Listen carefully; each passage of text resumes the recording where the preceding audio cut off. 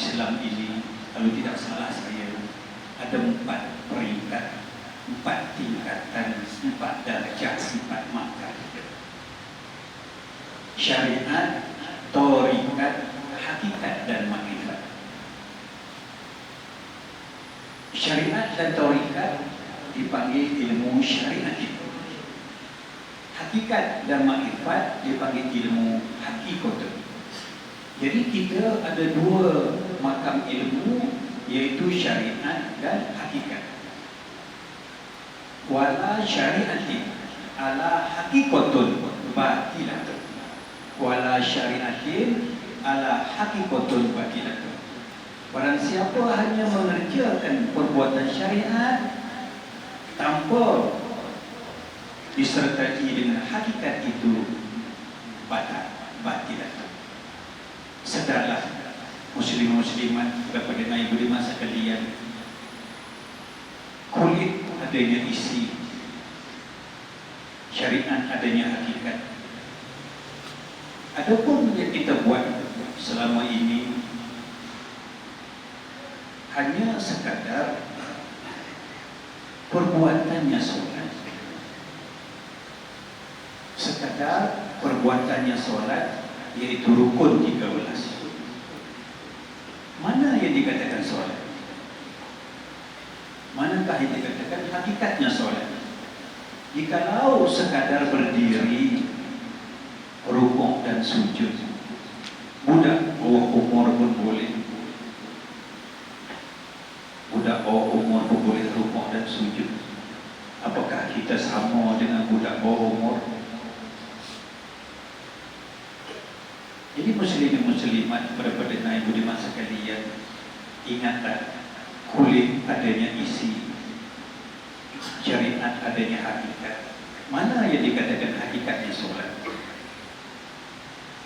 Semasa Isra Mi'raj, junjungan besar kita Muhammad Rasulullah naik ke langit berjumpa Allah Subhanahu wa taala, menerima perintah solat. Tidak ada siapa-siapa pun yang boleh ikut baginda menemui Allah, sekalipun Jibril, malaikat baginda Muhammad Rasulullah lah bersendirian berjumpa Allah, menerima perintahnya solat. Tetapi setelah baginda turun ke bumi ini, baginda belum menunaikan solat. Baginda tidak menunaikan solat, sehinggalah datangnya Jibril mengajar rukun 13. Sehinggalah datang Jibril mengajar rukun 13. Tuan-tuan muslim-muslimat daripada Nabi di masa kalian, berfikirlah dengan hati yang dalam, dengan mata hati, jangan mengikut akal. Tanya diri sendiri, bila yang Jibril jumpa Allah, Jibril tak ikut Muhammad Rasulullah berjumpa Allah. Kenapa pula Jibril yang mengajar baginda Rasulullah bersolat? Tak cukupkah baginda Rasulullah sendiri yang menerima perintah solat daripada Allah? Jibril tak ikut semasa itu. Kenapa pula Jibril yang mengajar? Jibril mengajar Rasulullah rukun 13. Yang Rasulullah itu diterima itu solat. Itu makanya solat dengan perbuatan solat itu berbeza. Perbuatan adalah melalui Jibril. Adapun solat daripada Allah Subhanahu wa taala sendiri. Pertamanya. Yang kedua, cubalah mengambil fikir, mana yang dikatakan sebenar-benar solat. Sebelum Rasulullah naik ke langit berjumpa Allah, menerima perintah solat, Rasulullah singgah di Masjidil Aqsa. Rasulullah singgah di Masjidil Aqsa mengimamkan solat seluruh Nabi dan seluruh Rasul, sedangkan Rasulullah belum lagi naik ke langit. Rasulullah belum lagi naik ke langit, belum lagi berjumpa Allah, tetapi dia sudah mengimamkan solat seluruh nabi-nabi dan seluruh rasul-rasul. Solat mana itu? Solat belum lagi Nabi Muhammad kita berjumpa Allah, tetapi dia telah mengimamkan solat seluruh nabi dan seluruh rasul. Apakah yang dikatakan solat?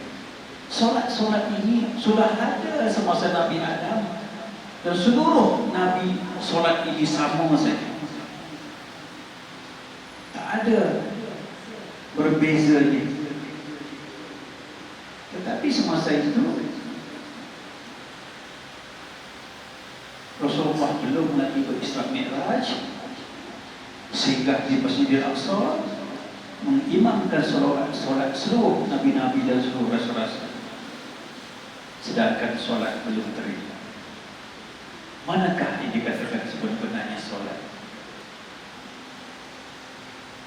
Tak boleh berdiri, boleh duduk, sebab dia rukun 13. Tak boleh duduk, boleh baring, boleh qada, boleh jamak, boleh kasar. Tetapi solat sebenar-benar solat tak boleh kita tinggal biarpun sesaat. Sekalipun tuan-tuan ujung kaki, wajib kena berdiri. Macam mana nak berdiri jikalau kakinya pudung? Tetapi solat mesti berdiri. Berdiri dengan apa? Kebanyakan kita berdiri dengan kaki. Kalau tidak ada kaki, jadi bersolat mesti berdiri. Berdiri dengan apa? Berdiri dengan kudrat dan iradah Allah. Sekalipun tidak ada kaki, sekalipun baring, kita tetap berdiri. Berdiri dengan kudrat dan iradah Allah. Itu sedikit berbeza. Baik, muslim-muslimat, para pendengar yang budiman sekalian, semasa kita angkat takbir Allahu Akbar, bagaimana kita nak ingat kepada Allah? Bagaimana kita nak ingat kepada Allah? Allah itu tidak putih, Allah tidak hitam, Allah tidak bak sepi, Allah bukan wujud. Bagaimana tuan-tuan nak kosatkan dalam hati, nak ingat kepada Allah? Allahu Akbar. Bagaimana nak letakkan Allah itu? Apakah sudah Allah itu letak di mulut? Allah bukan mulut, Allah bukan suara. Di mana Allah kita nak sandarkan? Apakah cukup sandarkan Allah itu di bibir mulut? Allah bukan ada di bibir mulut. Barang siapa mengatakan Allah di bibir, maka kafirlah kita, karena Allah tidak bertempat. Allah bukan suara. Alif lam lam ha itu bukan Allah. Itu huruf Arab, itu huruf Jawi. Jikalau tidak ada Jawi, apakah Allah tidak ada? Jikalau tidak ada alif bata, apakah Allah tidak ada? Nah, ingat macam mana? Allah bukan hanya nama. Mana Tuhan yang punya nama? Masa kita agak takbir Allah Akbar, mana sudahnya sebutan kita itu? Nak berhenti di mana? Nak dudukkan di mana? Apakah sudah dengan Allah sebegitu saja? Itu makanya ilmu syariat itu ada hakikatnya. Kita tak boleh ingat Allah dengan nama. Allah bukan nama. Allah itu Tuhan yang punya nama. La hurufin wala syautin. Tidak berhuruf dan tidak bersuara. Allah sejati, Allah sebenar-benar Allah itu tidak berhuruf dan tidak bersuara. La hurufin wala syautin. Jadi bagaimana nak dibayarkan Allah? Muslim muslimat, para pendengar yang bermasa sekalian, bolehkah kita ingat kepada sahabat kita yang belum kita kenal? Bolehkah kita ingat kepada sahabat yang belum kita kenal? Mustahil, bukan? Begitu juga Allah. Kita hanya mengenal nama. Sebegitu juga tadi tuan-tuan hanya mengenal saya dengan nama Haji Syahari. Berkemungkinan saya duduk sebelah bahu pun tuan-tuan tak kenal saya. Jadi bagaimana nak ingatkan Allah dalam solat? Terutamanya dalam angkat takbiratul ihram. Allahu Akbar. Mana kita nak berhentikan perkataan itu? Jangan kita sandarkan Allah pada bibir mulut. Bibir mulut bukan Allah, suara bukan Allah, halku bukan Allah. Jikalau tuan-tuan tidak boleh ingat kepada Allah semasa bersolat, tuan-tuan sembah siapa? Tuan-tuan sembah siapa?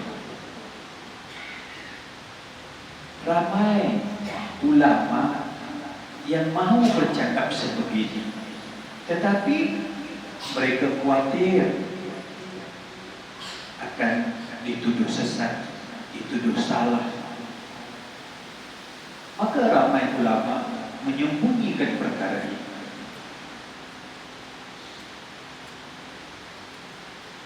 Jikalau sesatlah, jikalau salahlah ulama yang berceramah sebegini, manakah yang betul?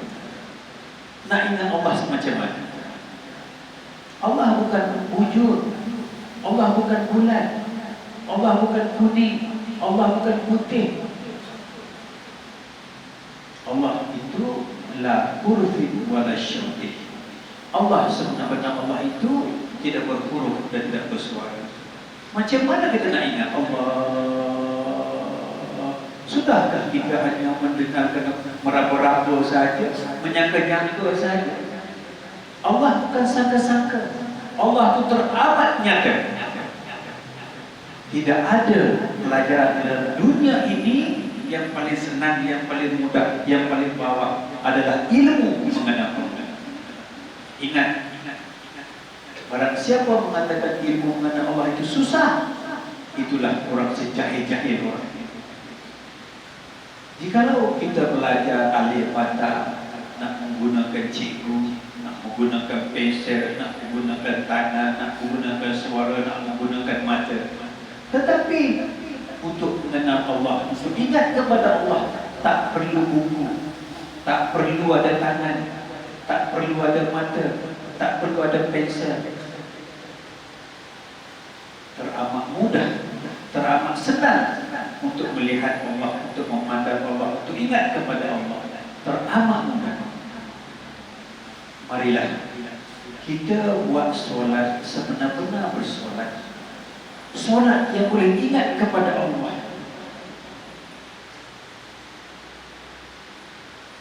Jikalau kita bersolat dengan tidak ingat kepada Allah, nak ingat siapa? Allah bukan nama. Allah itu Tuhan yang mempunyai nama, tidak berhuruf dan tidak bersuara. Selagi kita sebut Allah itu suara, Allah bukan suara. Jadi bagaimana nak ingat kepada Allah? Bagaimana nak memandang Allah? Bagaimana nak melihat Allah? Alangkah mudahnya untuk memandang Allah, untuk melihat Allah. Marilah kita berlapang dada pada malam ini, kosongkan akan dada masing-masing. Mari, saya nak bertukar-tukar pendapat mengenai bagaimana caranya nak ingat kepada Allah, terutamanya di dalam solat. Sayang, umur tuan-tuan pun sudah menjangkaui waktu isyak. Yang saya nampak ini pun, kalau bersalam bukan lagi berbau minyak wangi, tetapi berbau tanah kubur. Tetapi solat yang kita buat tak pernah kita ingat kepada Allah. Apakah itu solat?